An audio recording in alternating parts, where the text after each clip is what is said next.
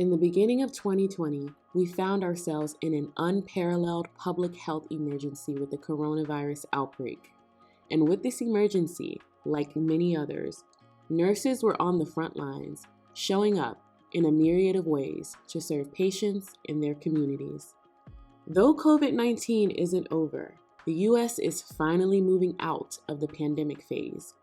And as we confront the many stark disparities and flaws in our healthcare system that have been magnified by the pandemic, nursing schools have focused intently on making meaningful change, many while selflessly risking both their physical and mental health. Countless schools of nursing have focused on addressing social needs by promoting health equity, developing ways to solve new challenges through innovation, and leveraging the power of teamwork and collaboration to make a tremendous impact. Hear from leaders as they reflect and share many of the ways that nursing education has helped us move toward a post-pandemic future.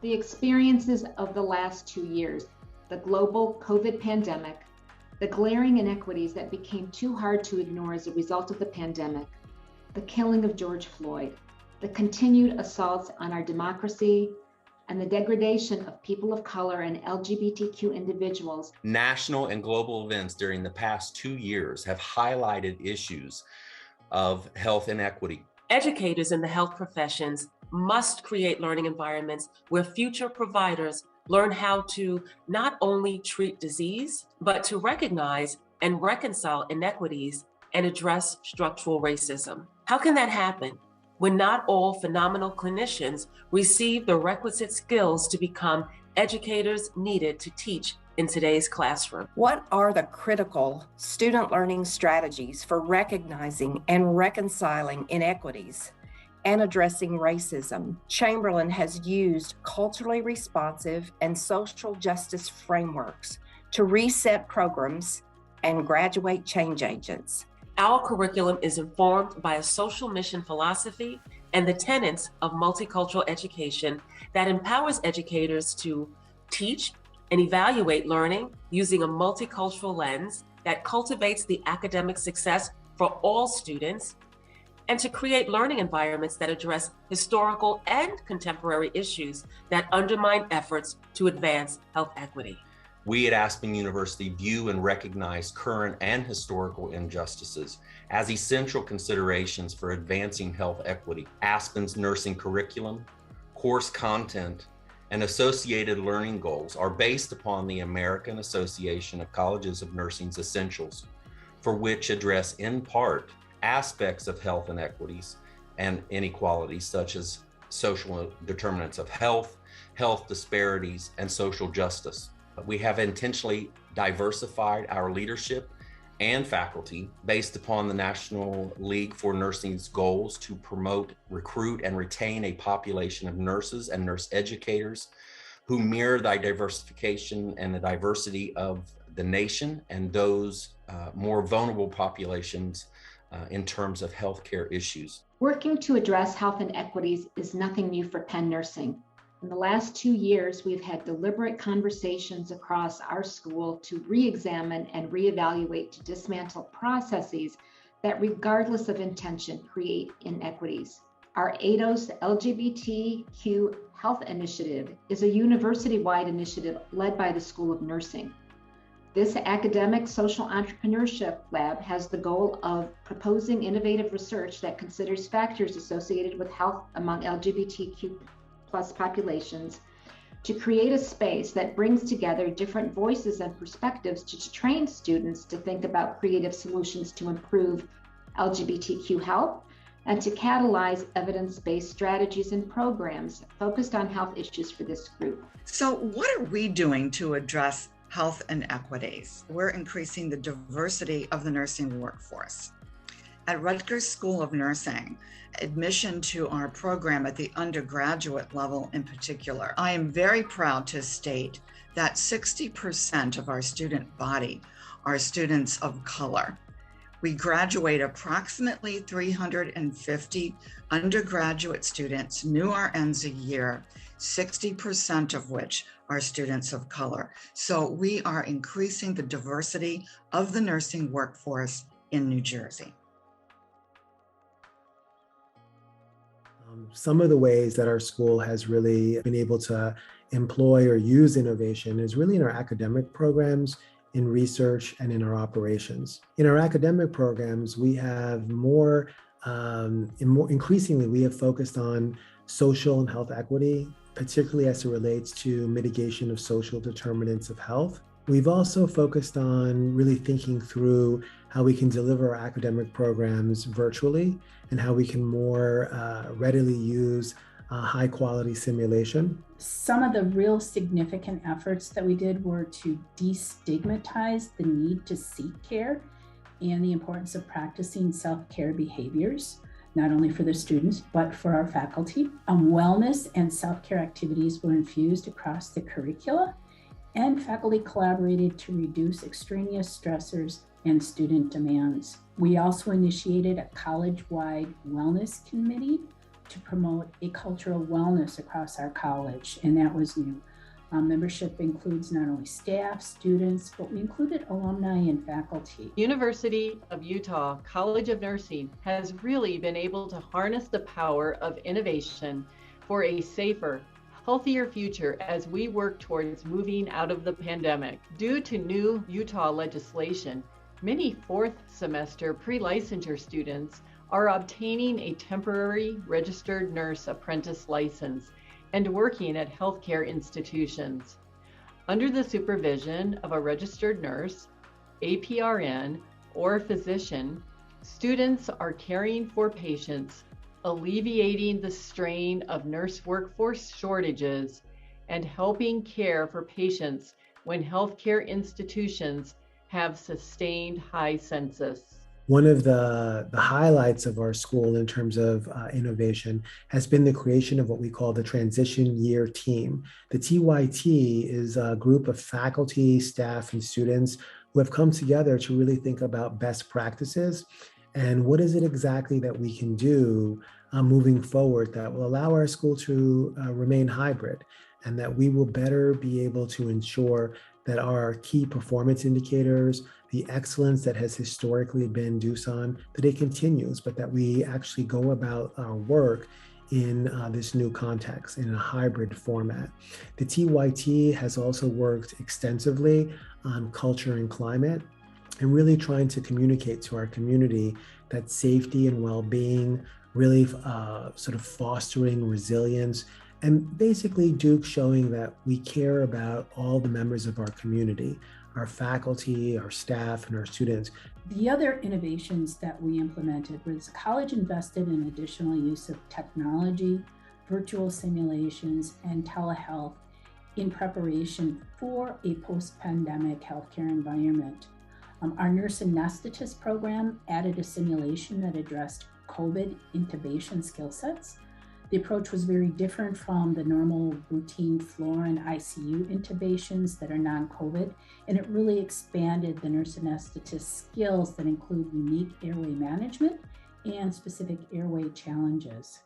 Our clinical nurse specialists and psychiatric mental health nurse practitioners partnered with our BSN students and social work students to trial a virtual telehealth event.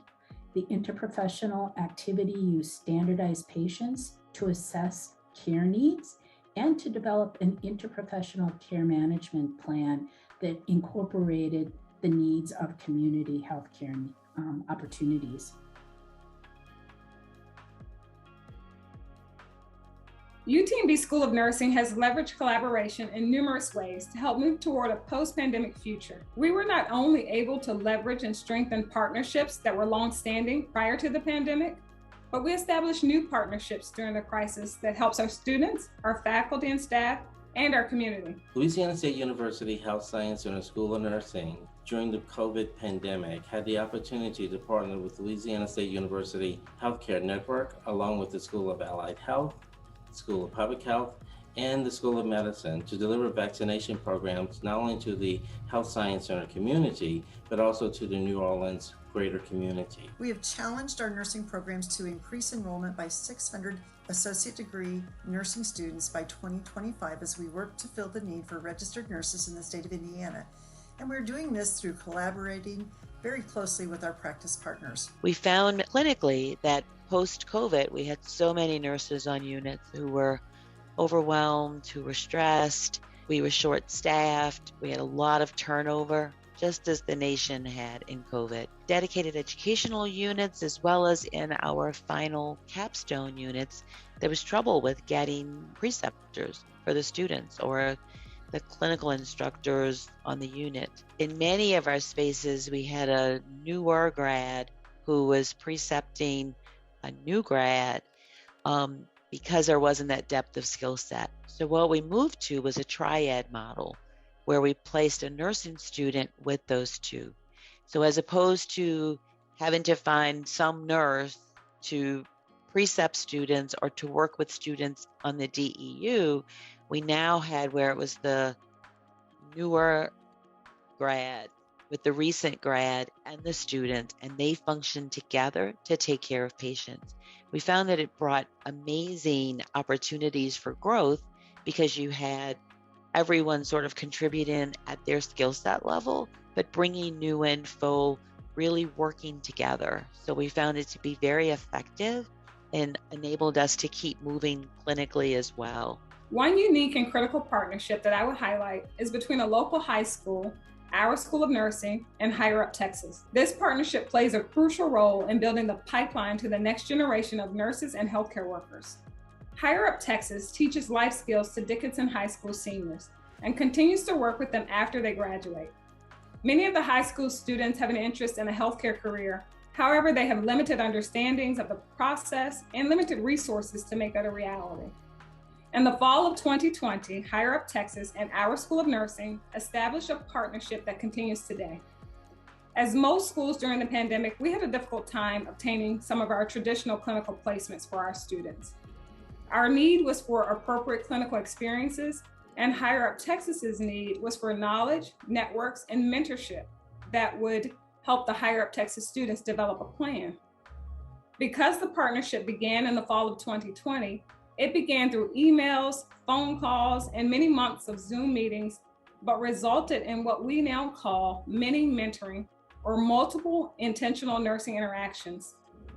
Our nursing faculty and students are now integrated in the Higher Up Texas program, working directly with the Higher Up Texas students 2 semesters of the year, utilizing the time to answer questions, to provide clarity through the sharing of their journeys, provide educational seminars on healthcare topics, as well as pathways and next steps after graduation.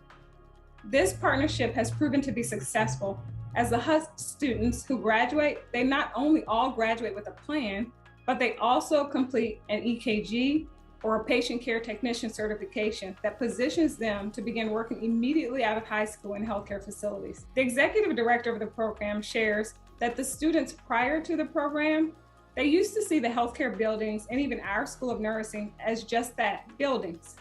But now they see themselves working or studying inside of these buildings. The program has been so impactful in fostering career planning. Prior to the UTMB mini program, those HUT students would say, I want to go into healthcare.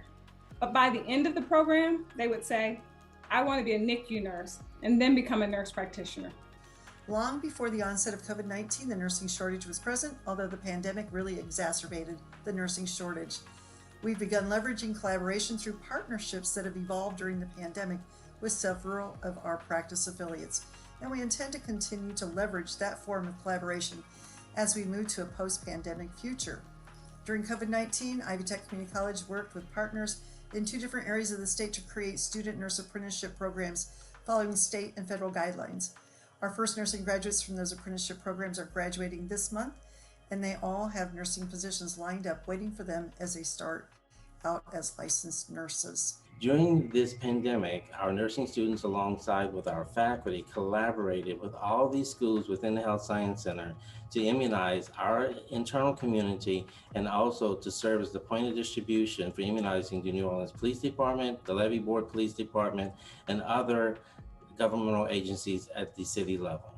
Also during the pandemic, the Health Science Center School of Nursing had the opportunity to partner with the Louisiana Children's Medical Corporation, LCMC healthcare system, to bring together several hospitals to develop an academic practice partnership. Through this academic practice partnership, we were able to employ faculty in the hospital setting that could increase our capacity to have students doing clinical during the pandemic. AACN and NLN salute our colleagues for their outstanding work to break new ground, lead through collaboration, and move us closer to achieving health equity.